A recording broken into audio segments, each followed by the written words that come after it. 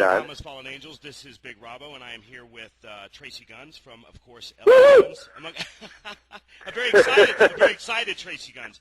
And we, of course, are excited to be talking to him. The last time I saw you, Tracii, you were in our state, the great state of South Dakota, at the South Dakota Rock Fest. And that was nice. the first time in a long time that I had seen you with Jizzy Pearl as your lead singer. We'll get to that in just a second, Tracii, but the year before, in '08, I saw you at Rocklahoma, and I was backstage with my press pass and my 50 beers in me already, and you were introducing Marty Casey as the lead singer, and LA Guns seemed really excited about having Marty on board. The recent split with Marty Tracii seemed very amicable. Is that something that was just worked out better for both you and Marty, for both parties?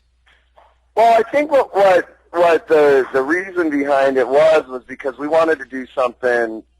You know, he was originally brought in just to finish a record that we were starting to record, and that wasn't even intended to be an LA Guns record. And the record is so badass, and you know, we were really hoping for the best for that record, and I just don't think that record's going to happen. And at that point, when we decided that we thought that record wasn't going to ever see the light of day, you know, we decided that, you know, it'd be better if I had somebody that really was more suited for LA Guns, so I could continue with LA Guns, and he could continue with the Love Hammers until, you know, a day came where we thought that this record was going to be released. And that day still hasn't come, so that's why it's so amicable, because it was just, you know, a heady decision rather than an emotional, you know, kind of like, oh man, you know, this whole situation's, you know, fucked up, and, you know, fuck you. It never got to that. So, you know, we're just kind of patiently waiting and hoping someday that this label that just, you know, spent, you know, an ungodly amount of money putting this record together gets their shit together. And then at that point, you know, we would, you know, all get back together, even with Big Al, who was the other guitar player in the band at the time. Right. You know, so you know, that's basically what's going on. Is, you know, we're just, you know, completely in limbo, you know, with that project. And you know, as far as LA Guns concerned, you know, Jizzy's really the guy. You know, I mean, he really fits with the music, the old music, the newer stuff, and everything. And he can sing anything, which is amazing. And the only thing with Marty being in LA Guns is he performed real well, which is kind of like, you know, Paul Black performed real well too. But the problem is that stuff is really high, and neither one of those guys have a high voice. You know, they sing in the middle. And the thing with Jizzy is he sings really high, and when we write new material, he sings really high. And that's kind of always been the staple of LA Guns, you know, especially with Phil, is that those vocals have to be in a certain register to really be able to call it LA Guns. Right, it's a lot of distinctive voices, and I think that, like you said, to echo that, Tracii, the singers that you've had have done the best with their style, and they've just tried to make it fit. That's right.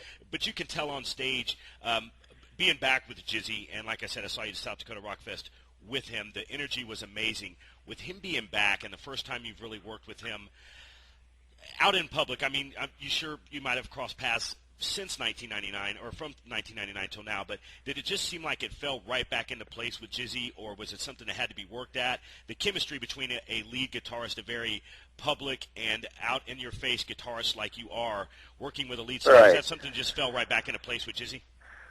Well, it was amazing, and I didn't expect it to. You know, what we did is before that tour last summer, you know, we had booked a week of rehearsal. You know, I thought, you know, we'd have to, like, you know, really get comfortable, and, you know, the first couple of days would be kind of miserable, and then we'd kind of fall into it. But the first day of rehearsal, you know, we did the whole set, you know, without really repeating any of the songs to practice them. I mean, he really still had the old stuff in his head, and so that made it really easy, and we ended up only doing 2 days of rehearsal and canceling the rest of the week, you know, just because it was so natural, and it's you know, it's a good fit. I think the reason is because I think Jizzy is just so into this band. You know, he was 10 years ago, or actually 11 years ago now. And the first time he came in, you know, he was ruthless in getting the gig. And it shows, you know, I mean, when we play, we come off stage, the conversation that we have that nobody ever really hears is, you know, Jizzy comes up to me and goes, man, the thing with this band is it feels like a band. Every time I play with you, I feel like we're a band, and I'm not a hired guy, which is kind of how he felt in Rat. He had a really good time. He made a lot of money, but he said he always felt like he was just this hired guy that could, be tossed aside like nothing, and they never wrote new material. And so, I just think he feels really comfortable with me because, we see eye to eye on a lot of things, and we both dig the same kind of music, which is a key ingredient if you're in a band with somebody. Sure. So yeah, it is real natural, and we do have the same kind of energy, and we like to really give it. And he's real adamant about, singing the old stuff perfect. Because he says nobody else can. So I just sit there, I go, okay, I'm with you, man. I'm with you. Sing the songs perfect. You're not going to get a complaint from me. Yeah, perfect is good. Yeah, Tracii Guns like yeah, perfect is good. we talk, it's interesting you bring that up, Tracii, about Jizzy, because we were talking here in the office the other day, and we were talking about folks from our brand of hard rock and heavy metal that we just wished would kind of find a home and maybe get out of that hired gun type of situation. And the two names right. we always came back to were Jizzy Pearl and John Corabi, and Jizzy was always the one that struck home with us. So it's really, really good for us, the fans, that he's kind of found a home, something that he's been comfortable with a long time. Yeah, and we finally signed our deal yesterday with Favored Nations, which is Steve Vai's label, and we're the first rock band that he signed. And what we're doing is we're re-releasing Shrinking Violet first. It's coming out in April with a real marketing campaign with real money behind it, real distribution, the whole thing. So kind of 11 years later to put that record out for real is crazy. And the label's really into it, makes us really happy because it feels like we're not doing all this for nothing. And, so I really think that the lineup as it stands right now is going to be the lineup for a long, long time. And, we'll have new music within the next 2 years, and everything. So it's pretty comfy. And, as we tour a lot. Right. We play a lot, and that's the key when you're in a rock and roll band, because I really consider LA Guns a rock and roll band. I mean, we play a lot of metal, but we play a lot of other stuff too. And, so it's satisfying to, have someone like Vi and this guy Dean Satchel, who's the head of the label. They just really believe in what we do.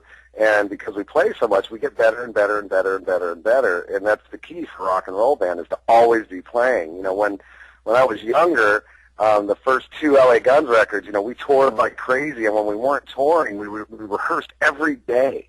So for 3.5, 4 years, we played every day, and that's what really made the band great. And and I noticed when as we all got older and we rehearsed less and played a little bit less and kind of did the same set all the time, it got really boring for me.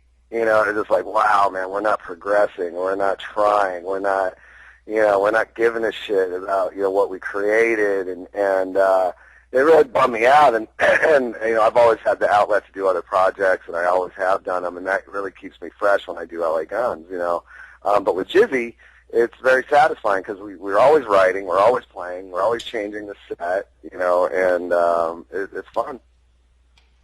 Yeah, I wanted to bring up, going back a little bit, Tracii, the Favored Nations label. We're going to put a link to that website up on the interview, folks, so you can go check that out. Awesome. As Tracii alluded to, Steve Vai is a big driving force behind that. And when we think about our hard rock, as Tracii said, LA Guns is very much a rock